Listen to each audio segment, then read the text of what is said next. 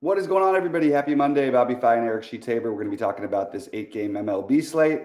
Over the weekend, I just had my golf stuff going, and I didn't end up doing great. There were some chances that could have been there. I don't know what happened to Jake Knapp, but he ended up withdrawing after the third round, and he was in most of my best lineups, and he shot 10 over that day. So I don't really know what happened there. But yeah, not much going on DFS wise, much for me this weekend. How about you, Sheets? Yeah, same thing. Kind of struggled in golf a little bit. MMA had a couple of shots and didn't work out. So yeah, pretty disappointing DFS wise, but ready to get after it today. And just one announcement about today's slate for those of you that have been, wanting to mess around with doing sims and like mass multi-entering. DraftKings is doing a $5. Their actually flagship is today a $5 for with 150 lineups. So if you wanted to, I don't know what everybody's bankroll is, but if you're like kind of in between where you don't want to spend as much, to spend like $15 times 150, but you maybe can afford going to 750. This would be a slate to do it. Yep. So you could try that. And that was pretty much all I had. I mean, listen, this slate, as we'll get to it, it seems like just hopelessly straightforward with respect to the pitching, and It does. and which means, and we'll get to it. There are a couple of things you could do. Number one is you could obviously like play the pitchers that we're going to get to, and then spread out your hitting. Or you could be really funny and say, listen, if that's what's so obvious, that's what everybody's going to do. Maybe get a little more spread out with your pitching and a little more concentrated with your hitting, something like that. I don't know. It seems pretty logical where you want to go, but I guess we'll get there when we get there. Yeah. I have sort of the same, same overall outlook, but I think there's a lot of options that maybe people aren't going to consider. So it should be kind of interesting. Try and figure that out. I also think it's going to be really chalky from a hitting perspective as well. Oh, you So think so, even from a hitting perspective? I have a feeling it's going to be. It just seems that way to me. Like I think you're going to see, and I think we're going to get into it pretty much right off the bat. Well, what do you have first? What's that? Which one do you have first? Cincinnati, Chicago. Oh, okay. So do you want me here? I'll share my screen here. Let me see. Okay. Yeah. All right. And by the way, just quick FYI, Rody did launch his best ball stuff, so check that out. He posted it all over the Discord. But make sure to check that out when you get a chance. I don't know what this game is doing here. In addition to that, I did a best ball draft this morning actually, and I recorded like 40 minutes worth. Oh, really? I put that on YouTube myself. Just again, like I don't consider myself even remotely even like a beginner. But I try to like figure it out as I went along. I got a good set of rankings, and I kind of focused in on what I thought was important. And for those of you guys interested in seeing me struggle and seeing me try to figure it out, I put the video up there. So we'll see how it goes. Nice. All right. So getting into this first one, I think this is going to be where everybody goes. I think this makes the most sense to target. It's in Cincinnati. I think that especially the Cubs side should be pretty popular. The one thing I just throw out there is that Tyon has been really, really good. Like he just really hasn't been hit hard, basically. I don't know. It seems like months. That would be my only concern. But this looks like the chalky game, and this looks like the spot where you kind of want both sides. You can see that ownership wise. So you've got it a little bit less than what I was looking at with SaberSim. But I have a feeling this whole game ends up getting a fair bit of ownership by the end of the day. And I like both sides of it. I like the Cubs side a little bit better. But I think it's just a matter of how much chalk do you want to eat. So I'm interested in both sides here. How about you? Yeah. So first of all, with respect to the pitching, not really getting to either side here, even as secondary targets. So I'm not getting there. As far as the hitting goes, I kind of have them as kind of as okay. I mean, nothing great. I mean, I shouldn't say nothing great, but they're good. I mean, Michael Busch at 3,800 on the Cubs side was pretty cheap. Friedel, I'm just looking at both these guys, like Friedel all on the Reds, Hap on the Cubs, Pete Crow Armstrong is 2,700, then Swanson, Suzuki. What else? I mean, like, I don't know. I don't have this. I don't have the Reds guys rated as highly as maybe some people do. I maybe so. We'll see where we go. I mean, I have other teams that I think are going to be a little more popular and logical than these two, but these two are certainly in there. So I guess I would say, yeah, to identify which are the best plays there. I do like Bush and Hap, Armstrong, Swanson, Suzuki. I guess all these guys are good, and Tauchman. And I'm not getting as much of the Reds though, so it'll be interesting to Mhm. see where that goes. Yeah, it is worth noting. Like the Cubs lineup obviously significantly weaker than it has been most of the year. No Morel, no Bellinger. Obviously, we've had that for a while now. Swanson, who was hitting ninth, is now up to fifth because of the struggles. By the way, his wife is playing in the Olympics, so she's one of the she's on the soccer team. Anyway, but it's an interesting. It's a game that I think that if we do think if the ownership play stays low, I'm probably going to get more on it just because I think it's affordable. And again, I just want to target games in Cincinnati with weaker pitching, and I certainly am not afraid to pick on Spears and Tyon. I'm not afraid to pick on usually, but he's actually been really good. I'm starting to second guess myself a little bit on that one. So It's we'll see. interesting, I ran my first set of SaberSim builds while I was waiting for you to come and without adjusting for anything. I mean, you're right. I mean, the top owned stack I would have if I played 150 and without making any adjustments would be the Cubs, and the Mhm. second would be the Reds. So you're right. I guess that is where what a lot of people are going to end up doing. But it'll be a fun slate to try to mess around with the Sims too, because the last thing I want to do is play the two chalky pitchers with a chalk Right. stack in a slate like this. So we'll see what else we can Absolutely. come up with. No, I agree with that. And for what it's worth, there is some weather concerns in this game. So just we're gonna have to figure that one out. I think that's partly why the Sims are the projections are having a little trouble knowing how high it'll be owned because like Roth has it as a full orange. So it is the one real weather concern today, at least at this moment. All right, Seattle Boston Sheets. Talk a little Pavetta. What do you like here, Logan Gilbert, Pavetta, good Yeah, pitchers. so Pavetta is clearly, I mean, the way it's going to project, and I think what people are going to do is clearly one of the top two owned, one of the top of a pairing at 8,500. Interestingly about Seattle is that, I mean, the good news for their hitting is that they picked up Randy Arozarena, um, but also the good news for DFS people, it's another guy that can strike out four times in a game with like Seattle Right. needed anymore. There's more.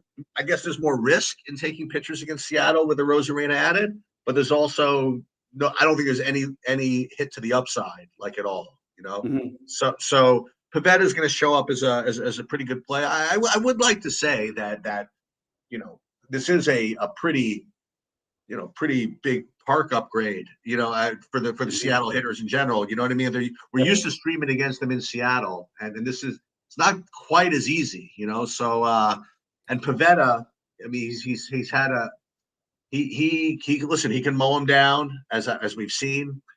Sometimes he has easier matchups, it seems as well. So he's definitely one of the top pairing, but the park isn't great.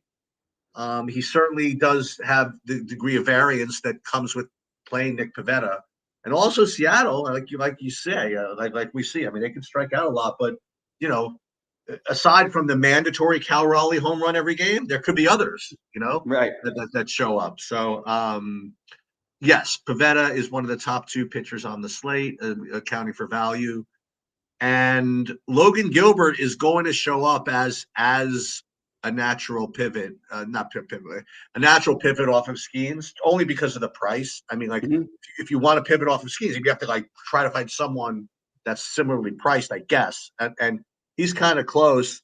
He doesn't obviously have the upside that Scenes does, and also doesn't have. Well, we'll talk about the matchup later, but he just doesn't have that type of floor either. He doesn't have like the nine strikeout floor, it seems, but Mhm. he certainly looks fine. Listen, if you want to try to play him and Schemes together, I mean, yeah, that's fine. But again, same issues. Gilbert's used to pitching in Seattle, and this is not as easy. And he's Mhm. probably, I don't want to say low owned. He's certainly going to be lower owned than the top guys, but I guess he's playable. And I think you kind of have to keep playing Seattle. Whenever you're playing a pitcher against them, they do have power to combat that, and so I happen to like Seattle here a little bit. I don't know if I'm going to get to the Boston side, but I definitely like Seattle and I like Pivetta. Yeah, and for what it's worth, these teams have the same total. Like it's a tough matchup, and it's a good hitters park. Obviously, like you said, a big stadium upgrade for Seattle. I like Pavetta. I think that there's always a case, especially if thinking about playing that 150 of the $5 and everything. I think you definitely want to get some Seattle stacks involved. Pavetta just got lit up the other day, and I mean it was in Coors, but it happens sometimes with that guy. The problem I have with the Seattle lineup is just like there's really like no good lefties. Like Raleigh's a switch hitter, but he's better from the right side. Polanco has been terrible all season.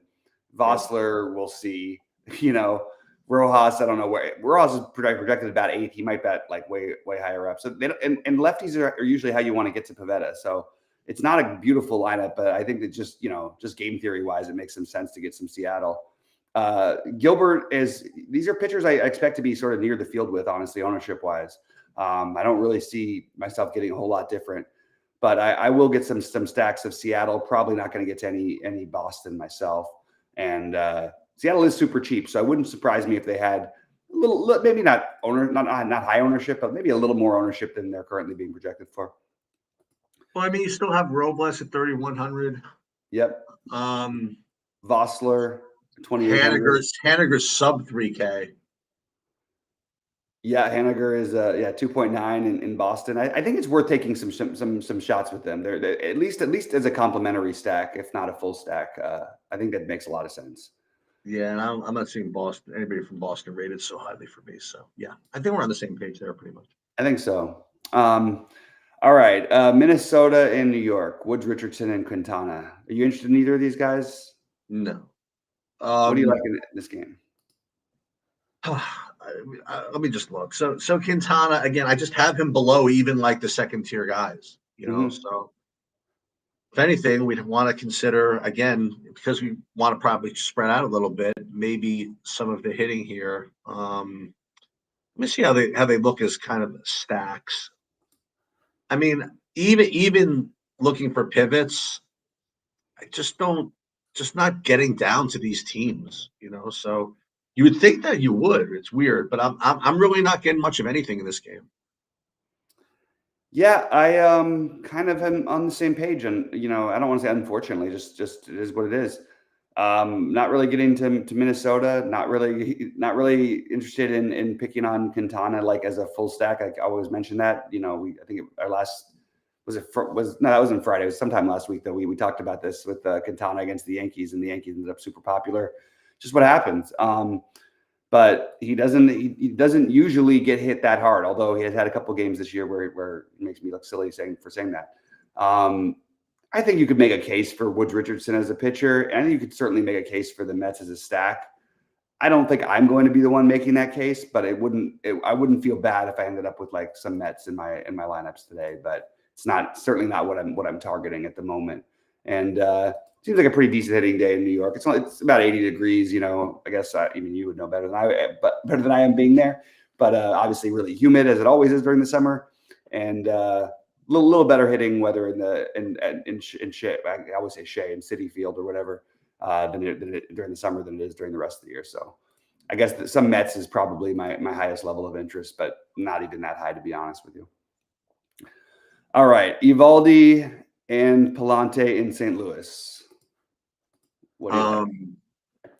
Yeah, so again, like pivot, right? So I suppose that Eovaldi is fine, but again, I think I'm going to do other things even before I get to him. And you know me, I'm always down for a little Eovaldi, but I don't know, it's just 150 max, sure, but not a priority by any stretch of the imagination.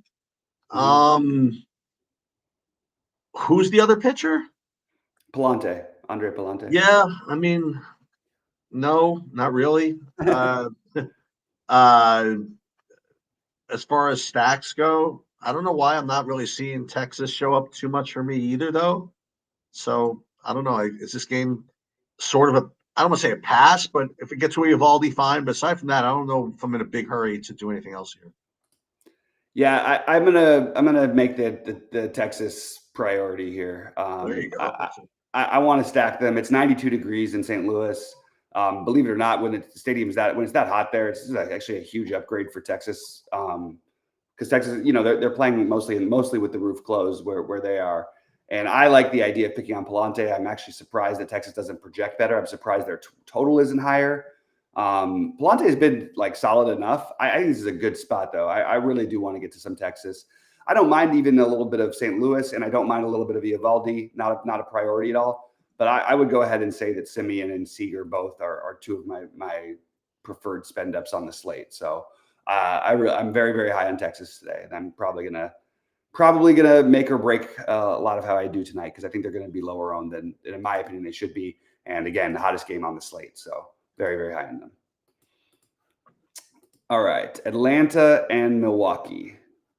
Ray and Grant Holmes. Well, it's going to be a bullpen game for Atlanta. It's going to be a bullpen game for Atlanta, but Holmes, I'm just trying to look at this. Nah, he's not really projecting well enough. I thought maybe they'd sneak in like a 12-point projection somehow because he's short, but I'm not really getting there. The Braves are now a team that, as I've been mentioning, like you can play almost every pitcher against them. It seems so. It's almost bizarre. And I'm actually I'm actually rating Colin Ray relatively high today. Just right below the top two guys. I have like this group of three guys that are kind of guys that are kind of ugly, but they look decent today. And Colin Ray 6,900 is doesn't look that bad to me. And then as far as the hitting goes, again, I'm trying to get a kind of diverse as far as hitting goes. So yeah, I suppose Atlanta is right in there, right? So I just mentioned obviously that I like Colin Ray, but that doesn't change the fact that Atlanta can look good too. So I do like Colin Ray. Again, not priority, but probably one of the more natural second options for me. And then Atlanta a little bit also. Yeah, it's Colin Ray has got it's almost incredible how consistently he has two great starts and then a terrible start, like on pattern. And this would be the third one. This would be after two great starts. So I'm trying to figure out what I want to do here. I have a feeling Colin Ray ends up a lot higher than the current projections have him at, just because he's a legitimate cheap arm who is going to end up with a 5K prop, and anybody in the 6Ks on this kind of a slate in the fight with that is good. He certainly will make it into my max entry things, but I'm not prioritizing him in any way. And in fact, I think that the Braves are a very interesting stack. People talk about this. I don't know. We don't talk as much about stadiums for certain handedness as much, but like Milwaukee's a great hitter's park for lefties. You don't have a ton of them in the Atlanta lineup, but you've got the Kalenic. You've got you really don't have you have Matt Olson, obviously. I think the Braves as a low owned stack are somewhat interesting to me. I'm just looking at my bullpen numbers because I like to go through it. And Milwaukee is a team that has like a really strong bullpen. And that's the only issue I have with trying to go for a full Brave stack. They're one of the better bullpens in baseball. So that's pretty much I guess it would be Braves for a little bit of Braves and like you mentioned, a little bit of Colin Ray probably in the max entry stuff. I'm not gonna hand build with him at all though. If I hand build, it'll be with the guy in this game. So all right, let's talk about it. Skeens and Bloss in Houston. Okay, so I'm going to start with the with Bloss first. So I actually have Bloss as a secondary option again. And I have him rated higher than like some other guys. He's 6,600. I have like a 13-point projection, whatever. I have him right alongside of Colin Ray, and I think it's very reasonable if you don't want to go the normal route. Skeens, he's projecting to be the highest, raw points guy. Certainly has a great amount of upside, and he's certainly going to be he's going to be 40% in the lottery and 70% in the big buy-ins, I guess. But okay, and you want to make the case? I'll make the case against it. Okay, Houston. I don't know if it's still the case, but they're not exactly the greatest strikeout matchup in the world. Yeah, Houston itself is not a great matchup, and then in Houston's not a great matchup. And not only that, but Houston, for what it's worth. I mean, I don't know if it's their first time facing him or whatever, but whatever, their organization, even though they have a new GM, they're professional freaking cheaters, and yep. they have tricks, So I wouldn't be surprised if there's some sneaky system to get to Skeens somehow that they know about. I really have no idea. But the fact is, I mean, Skeens has the most upside. You put a gun in my head, a high scoring player on the slate. You run this a lot of times. He's going to be the highest scoring pitcher, like almost all the time. Not almost, a decent amount of the time. And yet still, I mean, I'm not going to play like 100% of them in my 150. You know what I mean? Like, Right. It's just not the way baseball works, and especially it's not the way baseball works against the Astros. It's just the way it is. Maybe I'm all about name value or something like that, but fact is that I don't think he's a lock, and yet at the same time I do think he's the best player. How else to describe this? Yep. I actually also like the Steelers. I like the Pirates a little bit as well. As far as a stack goes, again, I'm trying to spread out a little bit, and they actually rate not so poorly for me. Good Park, and maybe Bloss isn't so great after all, So I do like a little bit of Pirates. So if I actually had to rank this, I would say Skeens number 1, then I guess Pirates 2, followed by Bloss, then the Astros. I think we're in a similar boat here. And I just want to point out something. Like, if you want to bet the strikeout prop on Paul Skeens today, the only thing I'll tell you is it'll never be this low ever again. What is it? 7.5? No, I think it's like 6. Well, his expected is 6.8 from SaberSim. That probably means it's around 6.5 or 7. I mean, it could be 7.5. But either way, I don't think you'll ever see 6.8 as the number again. Just my guess. He's struck out less than 7 batters exactly one time in his career, his young career, but his career. And I don't see that as. I just think it's because Houston doesn't strike out that much, and they're a professional, whatever the hell they are, cheaters. I like that word. But they don't strike out much. At the same time, I'm not sure. That's the most diplomatic I can be about it. Yeah, no, exactly. I think that I do think that this is okay. So Skeens is a priority guy for me. Always, he's going to be, he's the best pitcher in baseball. He's the best DFS pitcher in baseball. I'll ride this guy every time, and I don't think it matters as much with him with a team that's a low strikeout team. But I think it's enough where at crazy high ownership that you don't need to get super above the field on it.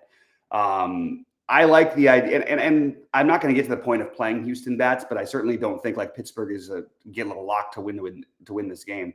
I do think Bloss is going to have a breakout at some point, and he's got good stuff. He hasn't figured anything out yet, and I'll be overweight him. He's instead of Colin Ray, I'd much rather play Bloss. I'd rather dance with the devil you don't know it or whatever.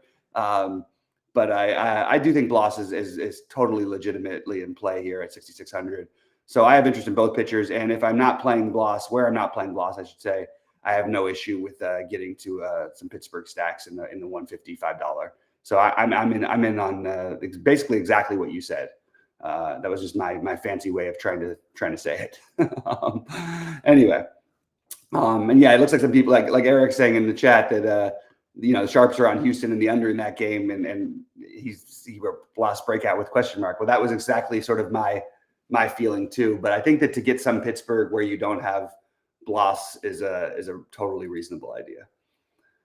All right, now we are going to go to what I think is going to be the main chalk in this game hitting wise. So first of all, we've got on the mound. We don't know who's pitching for. Oh wait, no, we do know who's pitching for Chicago. It's Flexen.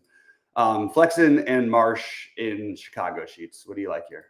Yeah, so this is the one that I thought was going to be the most popular spot. I thought Kansas City was going to be more popular than the Cubs Reds game. I didn't. This is like when I just looked at it without running anything. It just seemed, I mean, it just always seems as though Flexen is just targeted.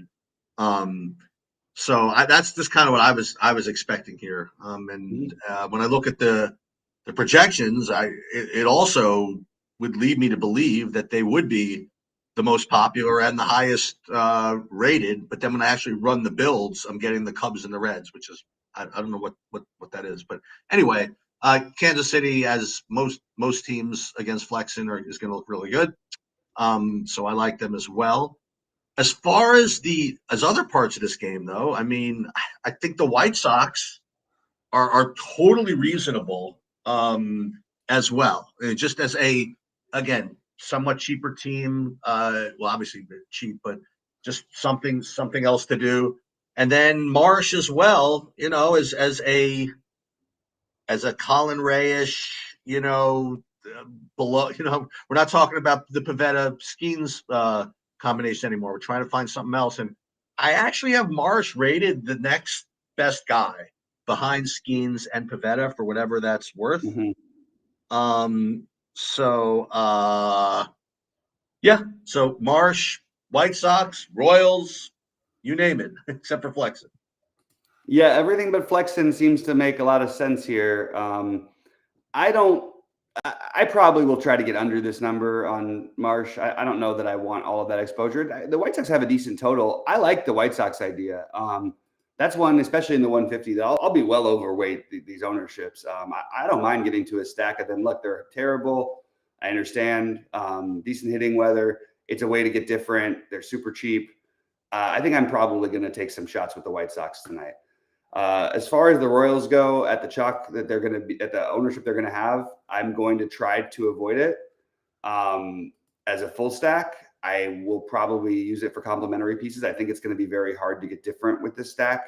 Your one guy on DraftKings is always going to be Michael Garcia because he's so high priced and he's batting later in the order. Michael Massey sort of fits that category as well if he makes the lineup today. So look, I like picking on Flexen. Doing it with this much chalk and what I'm guessing in the higher buy-ins ends up more like 20% plus on all these guys, or all the main guys. I think that it's probably worth getting away from, especially if we lose that Cincinnati Chicago game. I think you have to assume this game is going to just get super steamed. So I will try to avoid that as main stacks. This is going to play like a Coors type of ownership game. And I'm still trying to decide what to do with Marsh, but I definitely like the White Sox. Probably I'm going to have at least 10%, maybe even a little bit higher of White Sox stacks tonight. I think that makes I think it's a really logical pivot off of some of the other chalk. So, all right, closing it out, we have Washington and Arizona, Montgomery and Mitchell Parker. I think you're going to get some pretty decent ownership on the Arizona side here, Sheets. What do you like in this game? Yeah, I agree with that. Arizona certainly is going to show up. I don't mind that. There's one other thing I wanted to mention. Listen, hopefully you guys learn something from all the content we do or whatever, and things I've been talking about like a long time. So you'll remember that Washington got shut out got no hit by Dylan Cease, right? And we were talking about it. I'm like, oh, I just can't do it. They're traveling the next day. They're just dead. And you say, that doesn't sound like you, Sheets. Like, you're no hitter. Why wouldn't you just predict the turnaround? I'm like, I don't even think I could do this. Just want to let you know that in the 2 games following their getting no hit, they scored 10 and 14 runs. So I figured I would just point that out. So getting no hit at home, then travel the next day, 10, then 14. So this is just what happens. It just is. Yeah, I do like Arizona a little bit. I don't know, again, if they end up being kind of the chalk, if that's kind of what I want to do. Is Jordan Montgomery a terrible play? I probably, but I figured I don't know. I figured I would ask. Who else looks good? I keep forgetting to look at any of the individuals. So Moreno at 3,400 for Arizona looks like a good catching option. Grichuk at 3,200 looks pretty cheap. I guess these are all the reasons why they're going to be used here. Marte's expensive. Yeah. So yeah, I do like Arizona as well. We'll watch for ownership, and that's pretty much it, I guess. Yeah, I too am okay with some Arizona here. I don't know if I want to again get. I don't know if they'll be crazy shock. I do think again that they'll be the other team that picks up some ownership from if we happen to lose that Cincinnati game. Um, I think that Washington is pretty viable here. Like they're cheap. Obviously the roof is. We don't even need to look at the roof stuff for Arizona anymore. It's 110 degrees there. It's going to be closed forever. I'm in on this the idea that Washington. I feel like I sort of think of as similar to the White Sox, if that makes sense, as a stack. They're not like they don't have a lot of power. That's the problem as a full stack against left-handed pitching. They just really haven't been very good. They've got a couple decent bats in there, like with Ruiz, Yepes. I think Lane Thomas, but he's expensive. I think they're interesting a little bit. So I'm going to get to some Arizona, some Washington exposure. I don't think I'll get to any pitching in this game. Maybe if I ended up with a couple Montgomerys out of the 150, I wouldn't hate it, but it's just not what I'm trying to do. But I sort of like Washington, which sort of for me ties it back into my favorite stack, considering ownership and everything, is Texas. Again, I think that the logical ones are going to end up being, if this Reds game goes both sides of that, and then heavy on the KC. So I'll try to get away from that. But I like the Texas. I like the White Sox to get to as the sort of the lousy stack. I like the Washington as another one of the quote unquote lousy stacks. I think Atlanta is an interesting stack against Ray. And those would be the teams that I would be the most different in the field on. I also think Seattle is an interesting stack and getting the leverage against Pivetta. So that's probably what I'm going to end up doing in the 150, but it's going to be mostly Texas focused, especially in my hand builds. I just think the ownership's a little too low for the spot that they're in. I think it's much better than we're getting credit for. And if nobody ends up 10% owned on Texas, I'd be very surprised, and I will be very, very happy to at least get different regardless of results. Pitching wise, I think it's very clearly Skeens and Pivetta as the highest upside plays. I also think that, again, we don't have a lot of other great stuff to choose from. So I will probably play some Logan Gilbert. I will play some Bloss. I probably end up with a little bit of Ray just because I'll play like a Bloss and Ray together. I'll be near but under the field on Marsh. Nobody else I'm that excited to play. So I might even end up playing a guy who I never usually play, which is Eovaldi. So that's what I've got for this. Did you look at FanDuel at all? I did not yet have a chance to look at FanDuel. I should. I will do that. I'll have it ready by the. I'll share my findings over there. I actually have I have it pitching a little closer over there, just because they're putting Skeens at 11.5.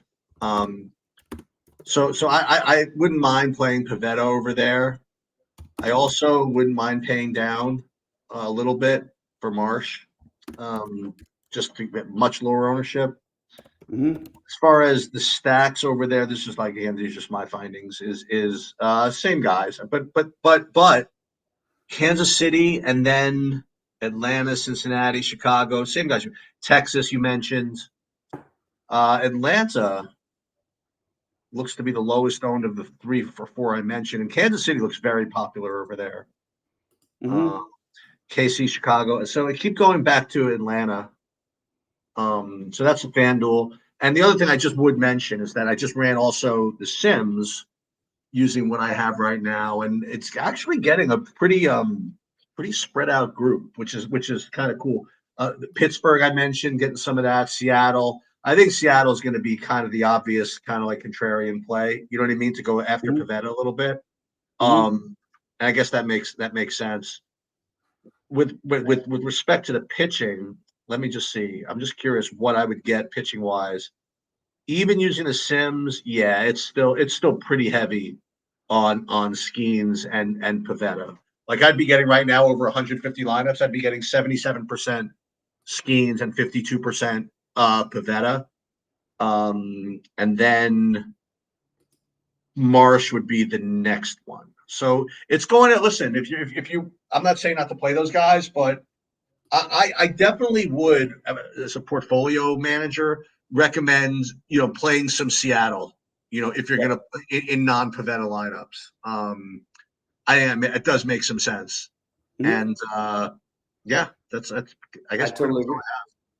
Yeah, I agree with all that. And we'll be live at 6 Eastern to go through the rest of it. Yep. Yeah, and there's trying to, you guys, football's right around the corner. Remember, check out Rhodey's best ball stuff, but and obviously Sheets' video on the best balls as well. But remember, like we're getting ready for prime time. It's going to be football, then we got basketball. We do have Olympic stuff. I'm sort of flirting with the idea to see if I want to try and get into some of the Olympic stuff.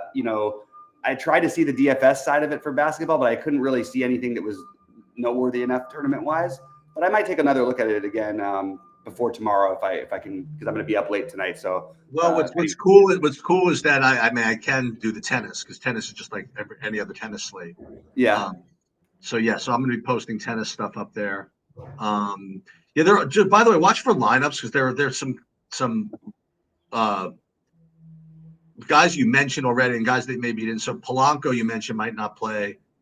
Tellez, I have his day-to-day. There are other guys here. Who else do I have listed? There's going to be a lot because it's a Monday, and Wednesday, Thursday, and Monday. There's one thing sure in baseball: you're going to get different lineups than are projected every time. Right. Yeah, I guess we're good. I guess we'll just get working at 6 o'clock. Sheets Wednesday will have from what I remember, I think you did really well last Olympics with the golf stuff. So we got the Olympic stuff we've got to get ready for. When does that start? Thursday morning? I thought it was, but I'll double check, and we'll figure out a time. All right, sounds good.